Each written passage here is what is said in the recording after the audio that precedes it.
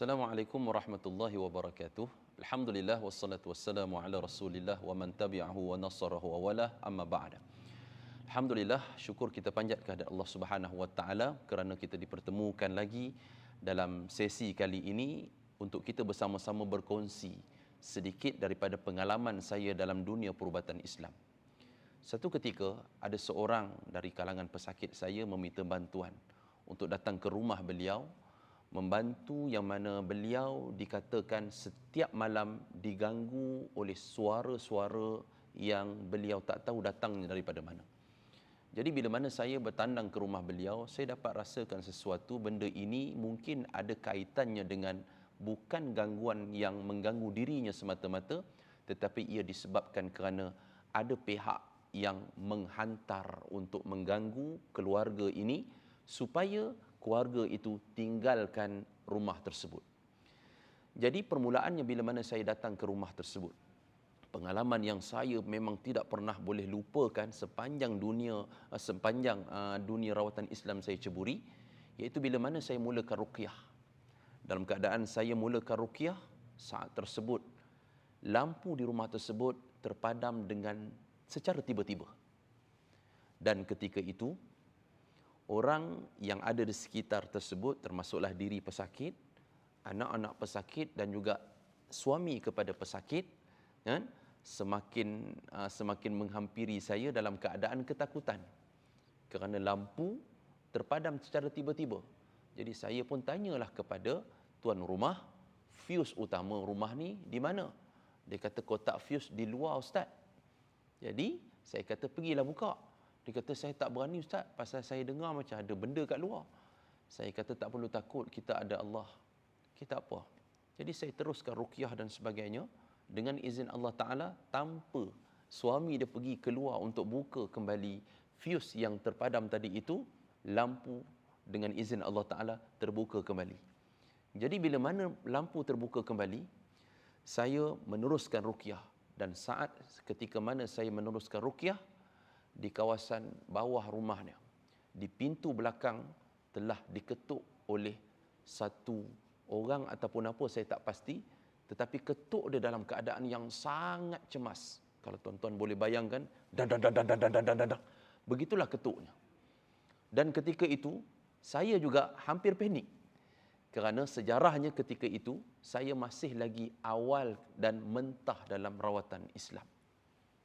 Jadi ketika itu saya teruskan lagi membaca ruqyah, dan saat saya membaca ruqyah, tuan rumah menjerit ke arah saya dan tunjuk di belakang arah saya, dan ketika itu saya ternampak ada satu tangan yang keluar daripada atas di antara bumbung dan rumah. Rumah ni kiranya rumah kampung, kalau kita perasan dia ada satu ruang antara bumbung dengan tiang.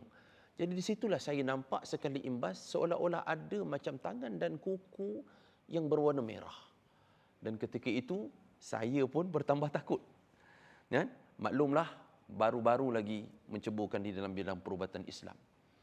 Jadi saya ingat pesan guru saya supaya kita bertawakal dan berserah bulat-bulat kepada Allah Ta'ala. Dan saya teruskan dengan ruqyah tersebut. Dan ketika itu, di bawah tempat saya duduk, rumah ini dikatakan rumah, kalau tuan-tuan bayang, seperti mana rumah kampung yang ada kawasan bawah. Kan? Dan ketika itu, lantai rumah tersebut diketuk dan digendang. Terutama sekali di bawah tempat saya sendiri sedang menjalankan ruqyah. Dan keadaan semakin cemas, keadaan semakin membingungkan.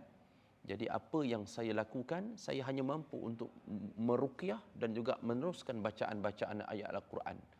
Dan ketika itulah wanita tadi itu pingsan, dan ketika pingsan berlakulah satu dialog yang agak-agak memeranjatkan, bahawasanya apa yang disebut dalam dialog ataupun jin yang menyebutkan tadi itu, dia kata kenapa wanita ini masih berada di rumah itu, sedangkan ada pihak yang disebutkan namanya tersebut mengarahkan untuk dia keluar daripada rumah itu, dan dia tak suka untuk keluarga ini berada di situ. Cuma peringatan untuk kita bersama, seandainya ada dialog yang berlaku di antara kita dengan makhluk halus yang menguasai diri seseorang, ingatkan diri kita, jangan percaya ia bulat-bulat. Kerana kebanyakan apa yang keluar daripada mulut jin tersebut adalah dusta dan fitnah belaka. Walau bagaimanapun, bila mana perkara tersebut disampaikan kepada saya masih lagi rasa tak puas hati. Adakah perkara ini disebabkan kerana orang hantar ataupun gangguan itu datang daripada dirinya sendiri? Pendek cerita, yang mana bila saya teruskan ruqyah dan sebagainya, terbukalah dan terungkailah segala masalah yang berlaku daripada masalah keluarga ini. Rupa-rupanya wanita tadi ini ada menuntut satu ilmu yang tidak sepatutnya seorang Muslim menuntutnya, iaitu ilmu yang berkaitan dengan ilmu penunduk. Sebenarnya apa yang berlaku tersebut disebabkan kerana kesalahan daripada wanita tersebut, bukan disebabkan kerana ada yang menghantar kepadanya, yang pada awalnya saya menganggap itu adalah sihir ataupun hantaran daripada orang.